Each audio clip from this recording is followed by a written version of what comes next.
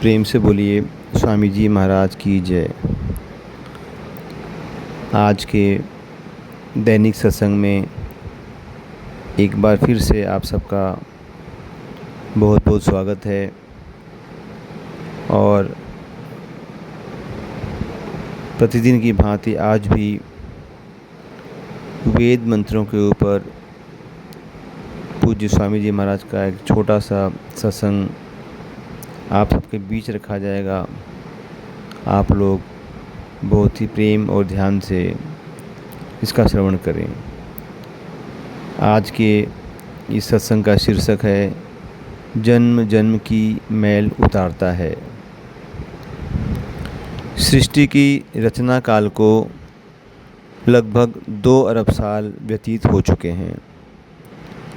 परमात्मा ने सृष्टि की रचना करते समय अपने अंश को आत्माओं के रूप में भेज दिया।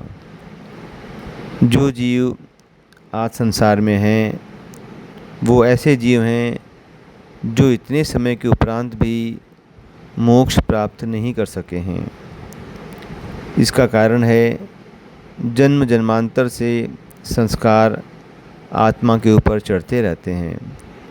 अनेक जन्मों में चढ़े संस्कार भोग लेने के उपरांत समाप्त हो जाते हैं, लेकिन पिछले कर्म भोगते समय नए संस्कार और चढ़ते रहते हैं। इस तरह कर्मों का यह सिलसिला खत्म होने में नहीं आता है। यदि सब संस्कार समाप्त हो जाएं तो जीव को मोक्ष प्राप्त हो जाता है। यदि एक भी संस्कार बाकी रह जाए तो उसे समाप्त करने के लिए जन्म लेकर आना पड़ता है। कई बार पिछले संस्कार इतने गहरे रहते हैं कि कई जन्म के बाद भुगताए जाते हैं। महाभारत की एक घटना आती है। धृतराष्ट्र ने एक बार योगीराज कृष्ण से पूछा कि मुझे अपने पिछले 100 जन्मों का हाल मालूम है।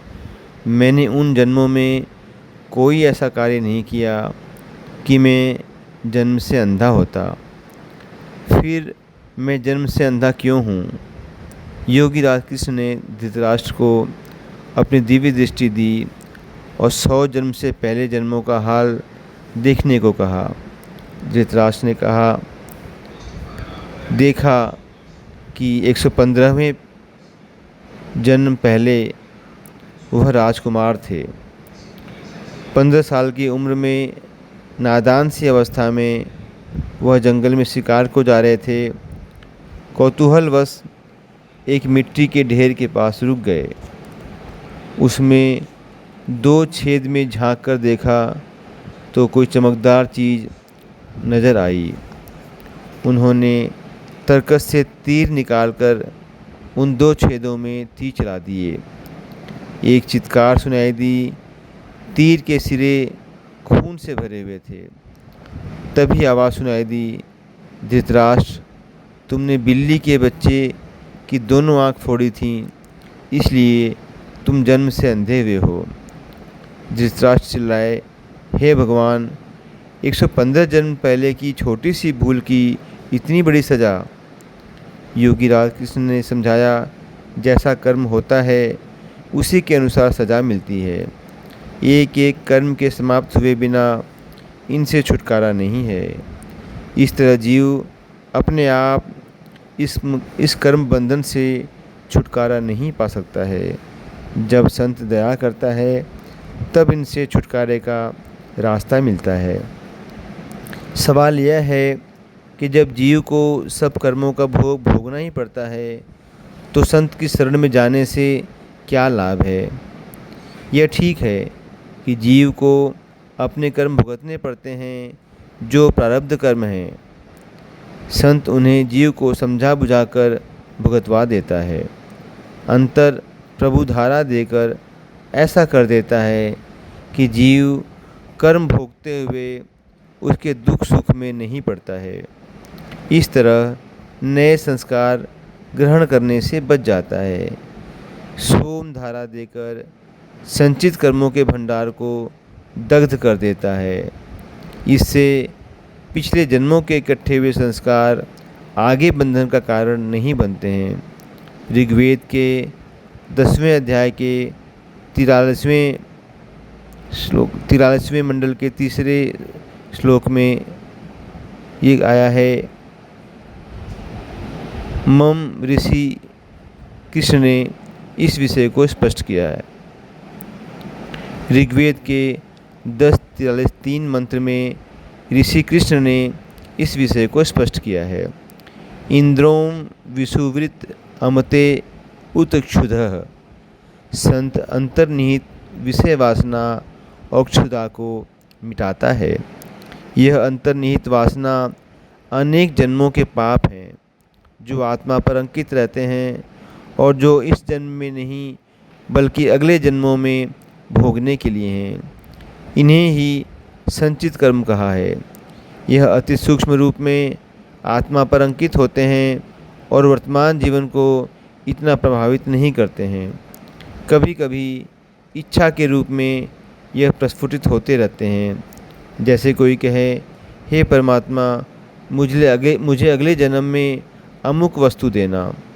संत इन्हें जानता है, प्रभु की सोम धारा देकर इन्हें समाप्त कर देता है। इस तरह साधक के संचित कर्म सोम धारा से दग्ध कर देता है।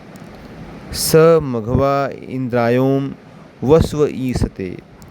वैभवशाली संत प्रभु रूप बनाने को वैभव दे नियंत्रण करता है। संत प्रारब्ध कर्मों को मनोकामना पूर्ण कर भुगतवा देता है, लेकिन यह भी ध्यान रखता है कि मनोकामना पूर्ण होने के साथ साथ नई इच्छाएं पैदा न हों।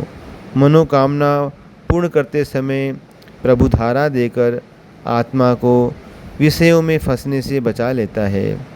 यही उसका नियंत्रण करने का तरीका है। यह सब कार्य संत इस ढंग से करता है कि कर्म भुगतवा लिए जाएं और जीव को उसका एहसास न हो। तस्य इत इमे प्रवड़े सप्त सिंधवो।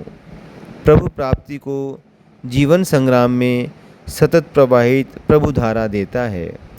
वेद मंत्र में प्रभु को सब रत्नों का भंडार अथाह और अतिशय गंभीर होने के कारण सिंधु कहा है। क्योंकि धाराओं को सप्त कहा है, अतः यह शाश्वत धाराएं प्रभु धाराएं ही हैं जो संत साधक को उसके जीवन काल में प्राप्त कराता है। क्योंकि यह धाराएं प्रारब्ध और संचित कर्म मिटाती हैं, अतः केवल यही धाराएं साधक को प्रभु प्राप्त कराती हैं। यह धाराएं साधक को उसके जीवन काल में प्राप्त होती हैं। जीवन संघर्ष से बचकर जंगलों में जाकर प्रभु भक्ति नहीं हो सकती है। जीवन संघर्ष से छूटकर जंगलों में जाने से प्रारब्ध कर्म भोगने से बचना है, जो संभव नहीं है। इस तरह का प्रयास भी प्रभु की आज्ञा का उल्लंघन करना है, जो किसी भी तरह धर्म का अंग नहीं हो सकता है। वयो वर्धन्ति वृषमस्य सुस्मिरः।